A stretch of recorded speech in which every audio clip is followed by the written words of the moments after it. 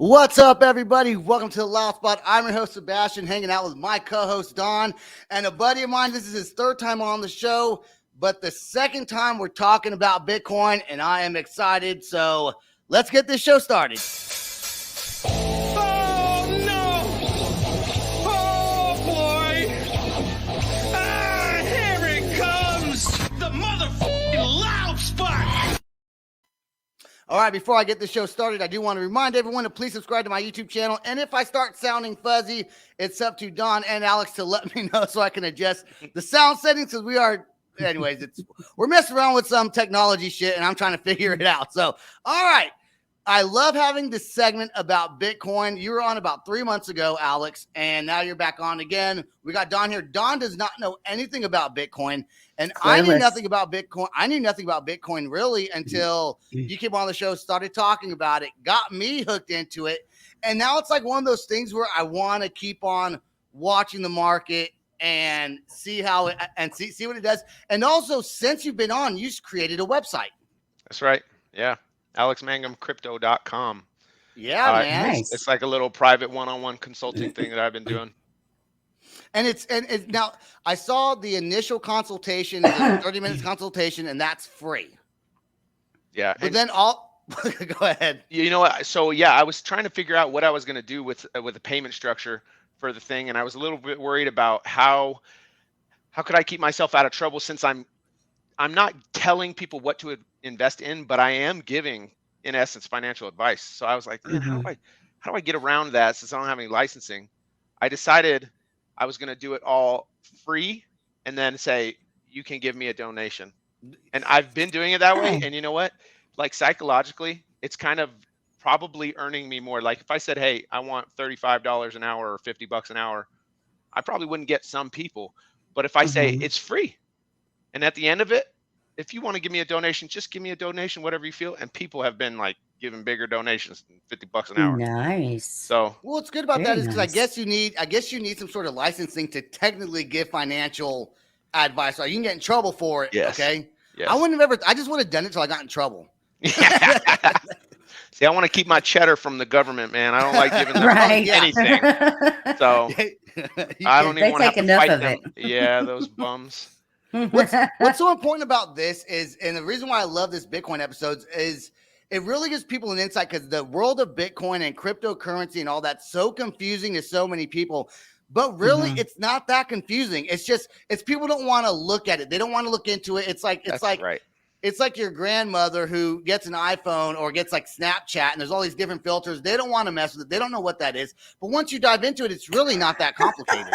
God damn it, Sebastian, why you got to call me out like that? The way I see it is that the technology and how Bitcoin works, that's deep. That's really hard to grasp from a technical perspective. But why Bitcoin exists and how it works, you know, on a financial or on a monetary policy level, like why is Bitcoin better than dollars? That's actually pretty easy and pretty, you know, people can digest that. And once they lean into it and they're like, well, actually tell me a little bit about it. 9 out of 10 times they're like, oh, that's why it's good. Oh, okay. I get it now. Yeah. I'm interested to learn. That's what happened to me. So there is this app, right? There's an app and we are not sponsored by them at all, but we're just going to talk about it. Okay. And the app's called Strike. I thought it was called Strike. It's just called Strike. STRIKE. Okay. You can go on there. Alex is like, go on there. And he gave me his promo code and immediately you get a promo code. You get a free $10 from Strike. So now you have $10 worth of Bitcoin. Okay. And $10 worth of Bitcoin is very, very small. Because right now, one Bitcoin as of today, I wrote it down. It's right, and it like changes almost like by the minute. I think, right? Yeah. It does. Does it change by the minute even on the weekends? Yeah. The crypto Bitcoin market is 24/7 trading. Okay. So while the stock markets, you know, open and close, this market does not. It's just always going. And it's similar to the stock market as far as I'm concerned, because I'm looking at it as a consumer buying into the Bitcoin, and it goes up right now. It's at a little over $29,000, which right now is at a 12-month low. I know this because I looked it up right before we started this episode. Yep. Okay. Let me do a little From bit of research. Go ahead. someone's standpoint that has no idea, it's like you're speaking a foreign language. Yep. Start us out from the beginning. How do So we you're giving Don invest? a consultation right now. Yeah, Yes. you're giving me a freebie consultation. So usually the first place I start is why did this even get created? Why do we even need it? Why is it important? And it comes down to like two things. It comes down to technology, and it comes down to the fact that the money that we have today is just terribly corrupted. Terribly corrupted. We all know about I don't think inflation. anybody can deny that. Not one bit. The inflation is at a 40-year high today. Gas costs, food costs, house prices going up. Everything's just out of control, and it's because there's this graph or this number. It's called the M2 number. The government puts it out. What M2 means is how much money do we have in the system in the world, the dollars. And when you look at this graph of M2, you'll see it kind of moves sort of, here's the graph, and it's kind of moving on this line, and then it gets right here. It starts going up all through the 70s, 80s, and 90s, right when we go off the gold standard. Like we go away from real money. Gold is real money. It's hard money. I'll explain that in a minute. And it goes to COVID right here, and it goes. So the government has, in essence, essentially printed 40 to 50% of all dollars in existence in the last 18 to 24 months. Wow. You want to know why everything costs more right now? It's not because of Putin. It's not because of this, that, and the other. It's because we had a crisis, and the answer to the crisis was, well, let's print more money. And that's been the answer to the crisis since the 80s and 90s when Greenspan started this. They call it quantitative easing. It's the slow increase of quantitative easing, right? And so when you have money that you can just double up and print up, it starts to devalue everything else because it's just simple math. There's more dollars in the system, so everybody can ask for more dollars for everything they're selling. Wow. Because everybody has more dollars to give. I've never heard it explained like that. Well, he used a lot of words I didn't even know what they meant. So I was like, yeah, that sounds super cool. I know what that means. Well, I don't know what quantitative, what did you say, quantitative trading? Quantitative easing. It's called Okay. QE. So it's the slow increase, the easy increase of quantity of dollars. And it's like, because I've heard quantitative easing for years. And I'm like, what the hell is that even? It's just the slow increase in quantity. Okay. And that's what they're doing, right? So here, think about money this way. Like, I give you dollars, you give me things. Dollars are the most sellable item on the planet. I can sell dollars for anything. Everybody will give me something for my dollars. Right? Yeah. Okay. So money, what is money?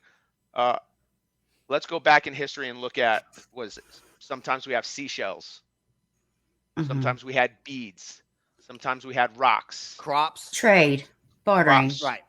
Right. So what you see so many times in history, it's so unfortunate, is that a civilization or a people with more technology and highly advanced would come across another society that's not as highly advanced, that has an inferior money like seashells or like glass beads. And that technologically superior civilization would quickly go and get more of their money, make it because of their technology, like glass beads and seashells and things like that, and then bring it back to these people and then pump their society full of this to get their resources. They would extract their resources, and within decades, 10, 20, 30 years, that society will be robbed blind. Their wealth is stolen. Their wealth is stolen because it was easy for somebody to increase their money. Right. And come in and rob them. So when money is hard, and what is hard money? Well, go get some gold out of the ground. Right. How easy is that? Right. Machinery, manpower, geological analysis, extraction tooling, minting and mining. Like, you could just go to like a river with a pan and like with the holes in it. And then, there's places that you can get little pieces of gold like that. As the simplest form of, you say it's easy. It's because then you got machinery. There's boats. There's people that go on these big, huge boats, have all this stuff. But the simplicity of it is back during the gold rush and things like that, like the 49ers, right? You call it easy. Well, no, I'm just saying. I'm just saying that getting gold is it's hard. It's what I'm. Never mind. Go ahead. What I mean is get enough Never gold. mind. Here, this is what I mean, because you're right. You and I could go get gold right now, Right. but go get enough gold to affect the quantity of gold to make an impact. Right. You and I would go get gold that wouldn't even measure a 0.00000 amount of the quantity at hand. Yep. So we're not measurably affecting the supply of gold. Right. And you can't, because for the last 5,000 years, we've been mining gold. So there is a crap ton of gold out of the earth right now, even though there's still tons of gold in the earth. So you were joking when you said Right. it's easy to get gold. No, I was dead serious. Okay. So What I I'm meant was, confused. what I meant The was process behind it. go get enough gold for it to affect the quantity of gold already in existence. Okay. And this is called the stock to flow. It's how much do we have and how much can you go get per year, stock to flow per year. Right. So the stock to flow per year of gold is like 2%, 1% or 2%. That's with all the industry on the planet pulling gold out. They can only produce every year 1 to 2% of the quantity already in existence. So that's why, and so for that purpose, that's one purpose. But then gold doesn't degrade. Gold is very recognizable. You can test for it and know that it's good. It's a medium of exchange. Like, there's all these reasons that make gold good, but gold isn't as good as other monies. So now you think about that, right? We can't increase the supply of gold quickly, but we can just hit a button and go, there's 1 trillion, there's 2 trillion, there's 3. So dollars are flimsy, easy dollars. It means nothing to just print more. And these politicians do it, and they get votes because you get a short-term bump in the economy and everything's better for a little bit, but long-term it's just destroying us. So It's just then robbing us. how does that relate though to Bitcoin then? Because can you just create more Bitcoin? No. Did we talk about this on the last episode? I forgot. Kind of, but I didn't get too far into it because we stayed a little bit more away from the technical. So what's the history of Bitcoin? I'll do it in a pretty 4 or 5 minutes. I'll knock this one out. Okay. I remember telling you about information, how we send information across space and time, how essentially humans have mastered that. And this is the proof of it right here. We've gone to pigeons, notes, fires, and smoke signals to the three of us can look each other in the face right now and talk instantaneously wherever we are on the planet. Yep. All right, now anywhere in the world. Now send me money instantaneously with instant cash finality. That was never possible until Bitcoin. So humans had been trying to do that. How do I send money easily? Because back in the day, you want to send a lot of money, you have to send a lot of gold. And to send a lot of gold, you need an army, you need a navy, you need a huge boat that can carry all that weight, thousands of pounds of gold. It was not easy to travel with money up until recently, until it went digital. But it's still, even this digital money we have, PayPal, somebody will tell you, well, I can send money instantly with PayPal. No, you're just using a credit system. And your bank, you're just using a credit system. And you're using a credit system based on flim-flam, easy dollars that are corrupted. So these nerds, all these great nerds, when the internet came out, that was like, oh my goodness, now we can really send information over space and time. So almost immediately, the nerds started thinking, how do we use the internet for money? And they started trying to find a way. And then I think it was the 60s or 70s, in partnership with the government and academia, they created cryptography. So now there's a way for me to send a message through the air that anybody could intercept, but only the recipient, the intended recipient, had the right code to actually unlock and read that message. Receive the message. Right. Cryptography, right? So they started thinking, all right, how do we use cryptography, the internet, sending message over these internet protocols to use money? And they started trying. This person tried this, and this person built on it, and this person tweaked that. And years and decades. And these people started becoming known as CryptoPunks or cypherpunks, right? Because they're the ciphers. They're trying to figure out this code so they can send money instantly without a trusted third party. I don't need a government. I don't need a bank. I don't need an issuer. I just need you and me with this monetary system to send each other money. And they couldn't figure it out. Mhm. And they tried and tried and tried. And then all through the 90s and then to the 2000s, along comes Satoshi Nakamoto, Yep. that name. Okay. And he takes this guy's thing and this guy's idea and that one, and he kind of puts them together in this little box, and he adds just a little bit of his own idea. Well, theoretically, right? Because we don't really know that's who it was.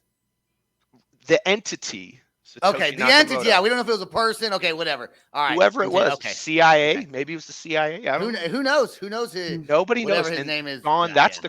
that really to me is the craziest part of all this. Nobody has Yeah. any idea who the creator of Bitcoin is. Yeah. Not a Is it- clue. Dude, that tells me there's some secret crazy It's the Illuminati. someone deep in the government that knew how to do this and just gave it a name, and it's like no one really knows if it's a person or a thing, because obviously it's not a person, because we would have known who that person was. I think it's like No, like you have Fannie Mae and Freddie Mac. Those I don't think those are real people, right? Those are programs. just remember, this is a person. If you think about what kind of a person would Satoshi Nakamoto be, this is an Shadow man. extremely intelligent, technical person. Yeah, This is a yeah. computer Mhm. nerd on another level who would know exactly how to mask his identity on the internet. And you're not finding this. That's pretty brilliant. It's pretty. Isn't that crazy, though? It really is It brilliant. gets Or it worse. could be like a cyber vigilante, so to speak. So he creates this.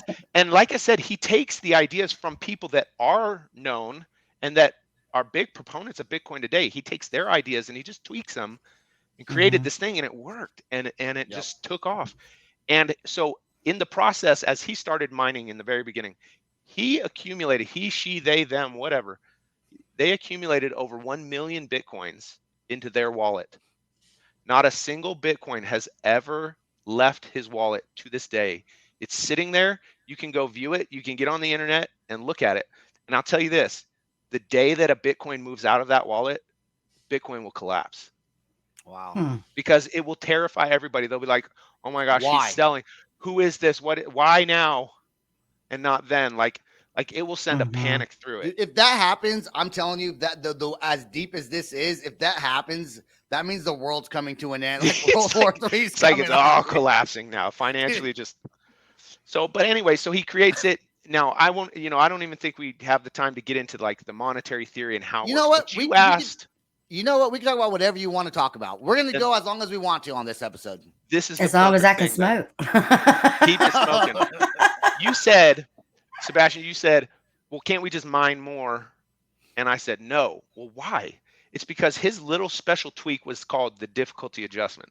So if we want to get more gold out of the earth today, we hire more people, we get more machinery, and we start digging more mines, and we Right. increase the annual production limit. The more computing power that enters onto the Bitcoin network, the network adjusts to that and makes it harder to mine Bitcoin Interesting. because it has a fixed monetary policy that says this system will distribute this many coins per day, and you cannot Okay. manipulate that to go faster. So people think, Interesting. you can just manipulate this system too. Well, for 13 years now, people have tried to manipulate this and they haven't. So in the very beginning, Wow. I didn't know it'd been around that long. I thought this was something extremely new, like 2020 new. I mean, Oh, no. People are trying to get me into Bitcoin. I'll say Alex is the first person to successfully get me to invest in Bitcoin. And that's because he promised me a free $10 of Bitcoin that he was going to throw me. I was like, no, fine, I'll do it's it. because you said, let me hear about it. Yeah. 'cause And I just was- about I was- any person any person that leans in and says, you know what, I want to hear about it. Like I said, it clicks. It's like Well, the government can make all the money they want, but Bitcoin can't, and it's secure, and I don't need Oh. a third party, Well, and I the can thing- send it instantaneously. Like, But hold up, I asked about it. So where my $10 at? We'll get to that. It's in the We're mail. going to get to that. But the reason why I want him going, the reason why it was easy for me to listen to Alex is first, I've known him since second grade. Okay. Uh-huh. So known him since grade. So he's someone who, and he's not trying to sell me on Bitcoin. He came on the show because we did a reaction video to Falling in Reverse, which they have a new song I want to do a reaction video to. But we did a reaction video Oh. to Zombified. And then at the end of the show, I'm more curious about him and his family and things like that and how things are going with him. And he starts talking about Bitcoin. I said, let's have a show about it. So he comes on, he talks about it. Nice. Everyone else that has got me, that's like the best thing he ever could have done on that reaction video, was leading us into these Bitcoin episodes, right? Yeah. So he wasn't salesy about it either. A lot of people that talk about Bitcoin is because they're working for some sort of pyramid scheme, multi-level marketing company. That's why they're trying to get me into Bitcoin. Alex is not doing that. He's just like, here's some knowledge about it. I think it's a good investment for you and your family. And I'll tell you one thing, my wife watches these housewife shows, right? There's one that's I think it's in Dubai. Okay. Yeah. And is that in the Emirates? United Arab Emirates. Yeah. So there's a guy on there, and super wealthy guy, and the wife's talking about how they start off kind of nothing, and the show kind of talks about how he started off investing in Bitcoin a long time ago. And this dude's like freaking wealthy, and I'm thinking, man, I wish I would have started this a long time ago, because I first heard about Bitcoin. I think even before when did Bitcoin start becoming like a regular, almost household name, I guess? 2010 to 2014 is when most people would say I heard of it. It was launched in 2009, right around that time. Yeah. Okay. I'm really late. And that's the funny thing, is we're so early in this. Yes, we're not late, Don. Nope. Oh, great. And here's the thing, and I want to, let's talk about this real quick, unless you want to finish your history about it. No, that's good. I was just going to dive into something else. Go ahead. Okay. Here's what I want to say.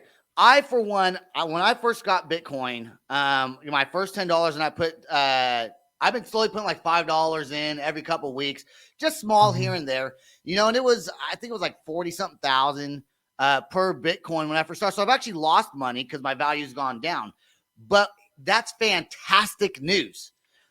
What people don't understand is that is great. You know why? Because it's cheaper now than it was before. It's only going to go back up. What people don't understand is, why am I going to buy Bitcoin now when it's only $29,000 of Bitcoin? It's at a 12-month low. Well, idiot. Buy it when it's low, because it's only going to go back up. If that Shiitake Himaka, whatever his name is, if he hasn't sold out yet, then if you go buy some, buy low, sell high, but don't even sell it, just keep it. Hold it. Save your dollars in Bitcoin, because if you save your dollars in dollars, their value is going down daily. Right. But if you look at the news reports on Bitcoin, it was Bitcoin crashed to $300. Then Bitcoin crashed to $3,000. Now Bitcoin has crashed to $30,000.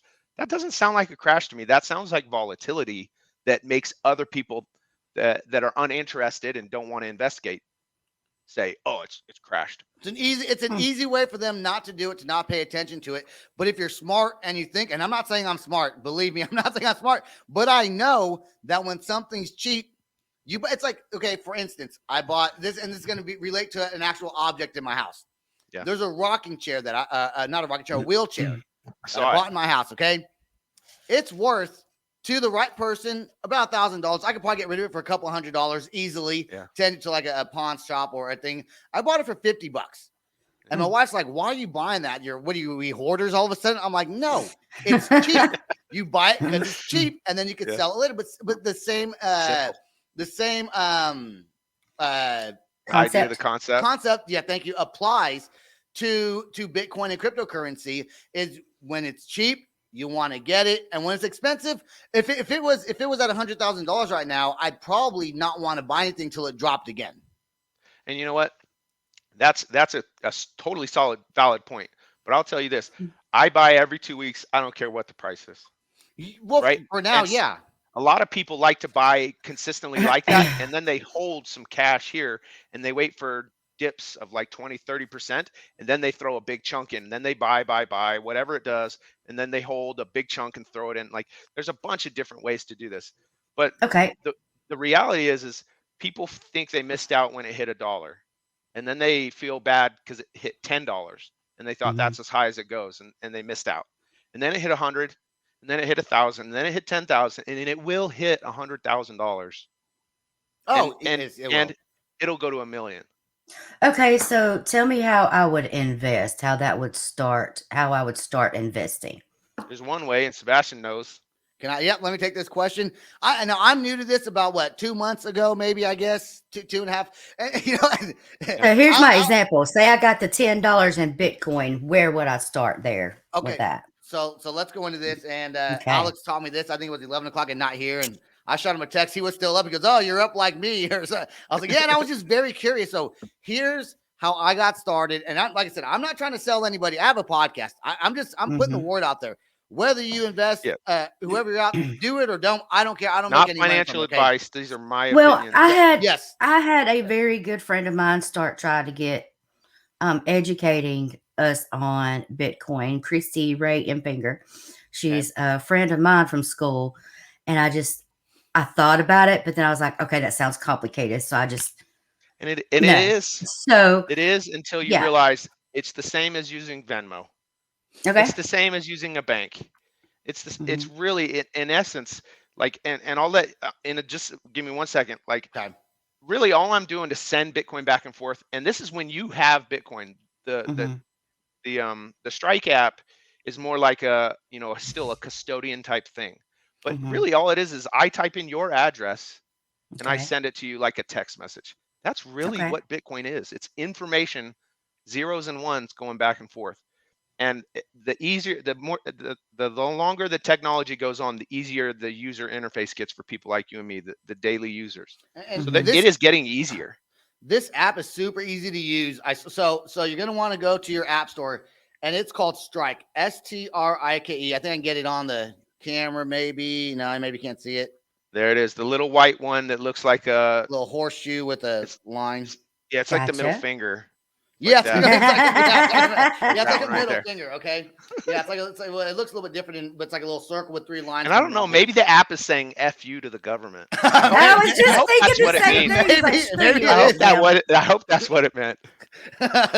I'll ask him. I'll send him a clip of this, and we'll find out. Jack Mahler. Okay, one of my so you favorite guys. you go on there, you download that app, and then it's really, I forget, you do have to put your name, your driver's license, I think, your social security number. And some people are like, well, that's that's weary. To me, I'm like, no, that makes it more secure, especially if it's on, like, I have Apple, I know you have Android, but it's going to make it more secure because now it's like, it's your information. They need that. They need that information. And some people are going to think it's weird. I don't think it's weird. You put in all your information, you sign up, and then when you go, and then you can purchase, I think there's because it's been a while since I've done it, but when you can give a referral code if someone referred you, I think when you first sign up. Anyone out there that's listening to the podcast that wants a free $10 of Bitcoin, if you use my referral code, you will get free $10 of Bitcoin. What does it hurt you? You have a free $10 of Bitcoin. So what? Go ahead. You're fuzzy, baby. Oh, crap. I just want to let you know. Okay, thank you. You was getting good. So Yep. That's too much. I think that's what happened. Okay, let me try to fix my sound real quick. Government's messing with me. They're trying to shut us down. Sound. Okay, let's see. testing. Is that better? Yes. Yeah. Okay, it's better. Okay, all right. Yes. Hopefully it doesn't come back. Okay, before it gets fuzzy again, let me give my code real quick. So you go to Strike, use your referral code. It's CZCK23. That is the code that you can use if you get the Strike app, and you will get a free $10 of Bitcoin. It's not going to hurt you just to test it out and test the waters. And if you're like me, I start putting in every 2 weeks, and you really have nothing to. And the cool thing is, you can withdraw your money anytime. So how much is it back. to buy into Bitcoin? If you just want to start out, what do you recommend starting out buying into it? So I personally, $1 amount. Yeah, I'm comfortable dumping almost all my money is being saved in Bitcoin. I have some savings in traditional stocks, but from here on out, the only thing I'm buying recently is Bitcoin, right? So that just comes down to how much discretionary income you have. How much are you willing to put in there and risk? Because I feel a lot of people are going to want to start out low because they want to see how this works. So recommending to test it out. What's the minimum to buy in? See, the average smart person. Sorry. ahead. The average smart person will start small incrementally. An average Mhm. knucklehead like me will go take out a loan and buy a gigantic amount when he, and then it will tank 50%. And I will go, well, shit, now I'm definitely a long-term holder, right? That's how I got into Bitcoin. So don't do that. That's what I recommend to people is don't do that. Do a comfortable Mhm. amount that you can do consistently on a time basis, every 2 weeks, every week, every month, whatever you do an amount that you can put away. And if it never comes back to you, you're going to be okay with that. Okay. Then as your education starts to develop and you start to get more confidence in the system and you understand Bitcoin and if you come to that point, then you'll be comfortable increasing that amount Is and there a going into it. minimum to buy in? No, so that's the cool thing because they say there's one Bitcoin that's worth $30,000 right now, but in Mhm. reality, every Bitcoin can be broken down into 100 million pieces. Okay. Just like That's interesting. each dollar has 100 pennies. Yes. Each Bitcoin has 100,000 or 100 million satoshis, and that's just a Interesting. nod to Mr. Satoshi Nakamoto or Mhm. Mrs. But yeah, so Gotcha. you can Or go in group. right now and buy $5 worth, $10 worth, $100 Well, I'm gonna worth. take my $10 and invest and see You get where your it free goes. $10. You get your free $10 for signing up on the app. Mhm. And the reason why I'm using the app as an example, am I fuzzy? Nope. No, you're good. I'm good. Okay. The reason why I'm using the app as an example is because that's what I've learned Mhm. through Alex, and that's what I'm comfortable using because it's very user friendly. It's like you see the price of Bitcoin. It gives you a little chart of like an all time graph of Yeah. the ups and downs of it, and you could see the progression moving. It's inclining. It's not declining. It's declining right now, but over time you can tell the history of it's gone up and up and up and up with little Mhm. gaps of it going down. Gotcha. Like they say, when in doubt, zoom out. So you're going Gotcha. to Yeah, zoom that's out and right. you're going to That's see right. that this thing has just done this. It's a Mhm. consistent. And when you actually take the average of that, Bitcoin over a certain amount of time, when you take a snapshot here and here and here and here, when you do that, Bitcoin has never declined. Right. Here's the Bitcoin is in fact, Okay. I'll exponentially show it on growing. camera here. There's the That's the lifetime history of it. that's the lifetime history of Bitcoin right there. Interesting. Okay. So, You can see it shoots and up, don't forget the other. Yeah. So, Strike is one way of like 1,000 that you can get your hands on some Bitcoin. But the Okay. reason why I like it so much is Jack Mahler, the individual behind the company, and the Mhm. fact that it's not actually based on this is really technical and I don't mean to go too deep. It's not based on the Bitcoin's base layer. It's on the secondary layer that makes it cheaper and faster to buy and transact in Bitcoin down here. So Okay. you go to Strike app and you pay no fee to buy Bitcoin. If you go to Mhm. Coinbase or crypto.com or Gemini or any of these other major crypto exchanges, they're going to hit you for a 1% fee. So you Mhm. are a 10%, or sorry, a 2% fee or something like that. Sorry, So excuse me. Strike is a very good company that's truly a Bitcoin maximalist type company that is really easy to onboard new clients and new participants, and it's Mhm. free to buy the Bitcoin. It costs you no fees. and That's I why I think I love might it. have showed, not even meaning to do it. I think I showed how much I have in Bitcoin. It's only $44 and like something cents, right? But it was like $55, I think, at one point. Yeah. It's dropped down because of the decrease. But that's only going to go Mhm. back up. And in fact, Go back up. on Thursday, I'll probably put another $10 or $20 in because I want to keep on. Even though it's going down, I want, like I said, I hope personally for me, I hope it keeps on dropping because that's the best time to invest. So Well, But here's another question as well. yeah. If you want to buy out, pull out money, or use your Bitcoin, how difficult is that? How does that work? So think of it like there's you ever bought stocks, I something have like that? not. I Stocks, have not. bonds. Well, there's like JP Morgan Chase, or there's Mhm. Fidelity, or there's Ameriprise. And you sign mm, up, you put in your driver's license information. They know their Mm. customer is. That's called KYC. You put in your Mhm. social security. Now you can interact with this financial institution. All of the Mhm. crypto exchanges that operate in America require that same level of knowledge of their client because they're financial institutions that are Mhm. regulated, protected. So think about going on to one of those exchanges and saying, hey, I'm going to buy some stocks. And you buy Mhm. $100 worth of stocks, and 2 months later, it's worth $115. And you go, sell it on the market, please. You hit the sell button, it turns into cash, and then you withdraw that cash into your checking account. Bitcoin Mhm. is the exact same way. Okay. It's you Well, can it's you say as can that's easy as literally that. hook up. You can hook your bank account up to the through the Strike app, and I think and just withdraw directly like right now I have $44.13, whatever it is. I can just withdraw the $44.13. I wouldn't want to do that because I've invested closer to $60. So I'm not gonna like Alex said. You could hit the you don't want hit to the sell button right now. It would sell it Okay. immediately to the market, which stocks, they have a trading time. Mm-hmm. Crypto, Bitcoin, 24/7. Boom, sell it. It's dollars, and then you send it to your bank account, and it takes, the dinosaur time to get cash into your Mm-hmm. bank account. Versus, I can send Bitcoin to someone in Japan right now in about 2 seconds and have instantaneous settlement. Nice. That's the incredible thing about this one of the incredible things about this technology. Well, see, that's a big question, a big flag for everybody that is not knowledgeable in this area of, okay, so I'm investing this money, I'm getting this money. If I want to take out this money for this, how do I get my money? So Exactly. that's great information to have. And Because this is why I wanted Dawn on this episode. She was like, "Do you want me on? Because I don't know anything about crypto or Bitcoin." I'm like, "That's perfect." Because Alex can teach us, like I said, it's Alex Mangum Crypto.com.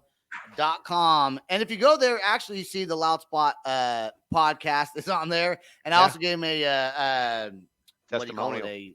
A testimonial. Yeah, because I'm so excited about it. And if you go to the loudspot.net and click on our sponsors, you'll see a link right to his website as well. Perfect. And Alex, I want you and Sebastian to send me your codes because I'm going to start investing for Leland, and I'll start investing for myself. So I'll do one. That way I can support both of you. You know what I mean? I'm good. You know what, Don? You're my favorite type of person to talk to about crypto. Like, I love digging in the weeds with other people that have studied it as much as me. But what's so good is I'm like batting 1,000% with people that I talk to. If they sit down with me and listen and lean in a little bit, like, they just almost always, they're just like, the light comes on. They go, "Oh, our money is shit. I get it. That's why shit. I've been knowing that. That's why I'm like, I'm interested. But why?" Tell and me then more. I go, "Here's an option. I don't know if it'll work 100%, but I'm going to try this because the true Bitcoin community, we're not here to just make money. We're here to fix the money. And if you fix the money, you can truly fix the world, because how are all these wars fought? With debt. Sure. With debt. Yep. Every time we get in a war, they go to the Congress and they go, "Hey, need to up that debt limit, need to print some more money, need to get some more war bonds." It's all bullshit. If you can't have debt, you can't have a prolonged conflict.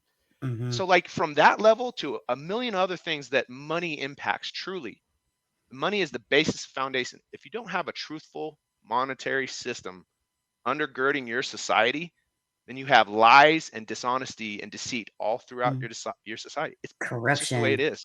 It's corruption. Do you have a group of friends that you just sit down and talk about Bitcoin with all day long? Yeah, man. We just acid and mushrooms and we just sit there. No, I'm just kidding.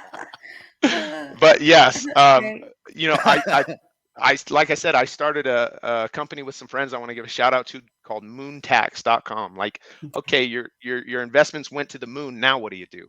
Let's talk about the taxes. Let's talk about the strategies and ways to mitigate. So, like, it just touches everything. And the community that I've gotten involved with, they're so open, they're so friendly, they're so welcoming. It's been amazing. Remember, I got to know these people. I started learning about Bitcoin a year and a half ago.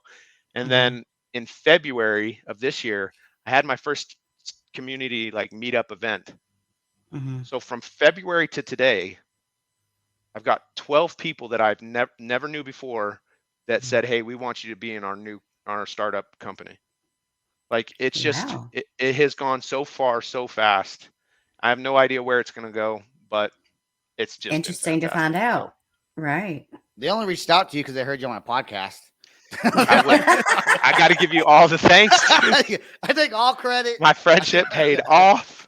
I'm so glad. Vacaville has done everything for me. I'm telling you. I'm telling you. That's where we're from.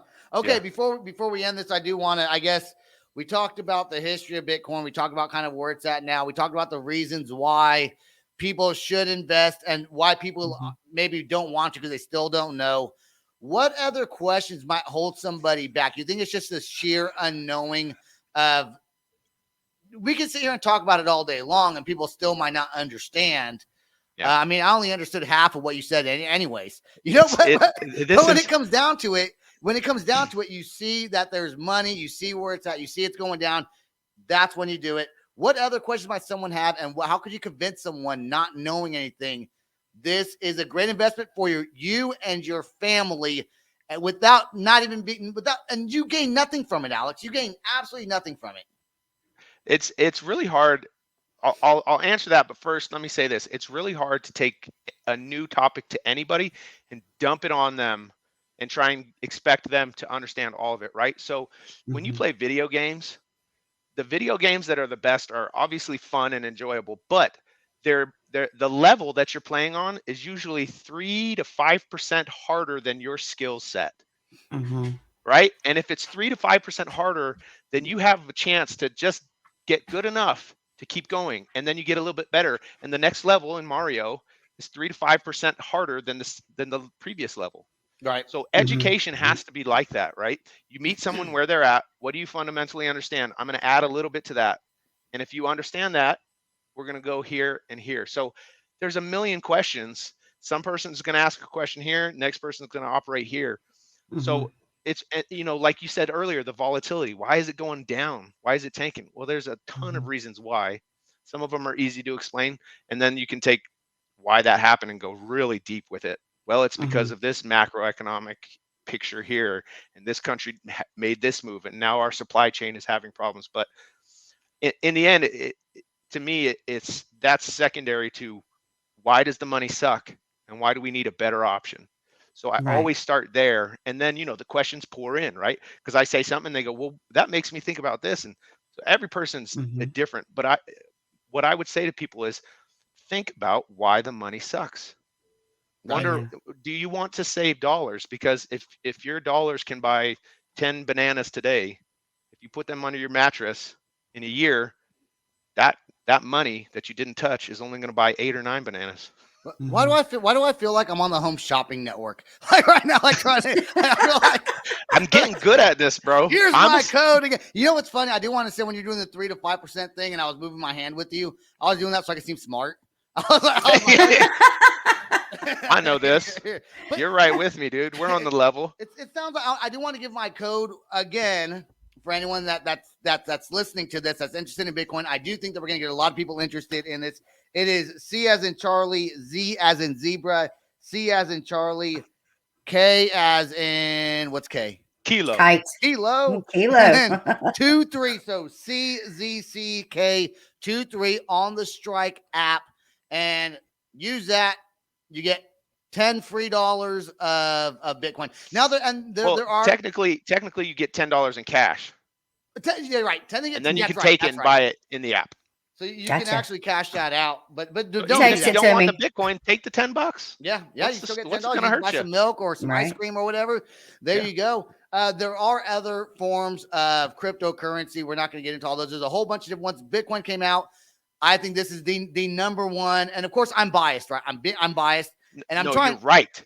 Yeah, you're not biased. There's Bitcoin, and then there's all the other shit copies of it that are the vast. I mean, Ethereum, and they are manipulating their currencies using blockchain technology, trying to act like they're Bitcoin. There's Bitcoin, and then there's crypto. And crypto is dangerous and speculative, and Bitcoin is Bitcoin. And we have to teach all the crypto out there is probably where those multi-level marketing companies come from, maybe, right? Oh my gosh, the scams do not end in crypto. Yep. Wow. I'm starting my own called Sebastian. And can I get dirty for a second? Didn't I tell you my favorite crypto coin last time? Cum Rocket. Well, what? Did I it's called Cum Rocket. Oh no! I didn't and they want to be they wanted to be the cryptocurrency of porn. They wanted to be, and look at the token. It's like a little rocket with like a little. Damn it! You're fuzzy again, baby. You're fuzzy again, babe. Yeah. But there's like 19,000 other cryptocurrencies today, and every single one of them acts like they're here for the community and we're here to fix things, and then they take bad, corrupt monetary policies, and that's how they issue their tokens and do things. So So yeah, learn about Bitcoin, and then you'll understand crypto and why it's different, and why you mostly should stay away from it. And you know, it's a slow progress of education, personal responsibility, and personal education. That's the only way you get good at anything. Well, So that's like apply. with any investments. Do That's your right. research. That's Am I right. still Always fuzzy? do your research. No, you're good. I don't know what's going on then. Okay, well that's good then. All All right. right.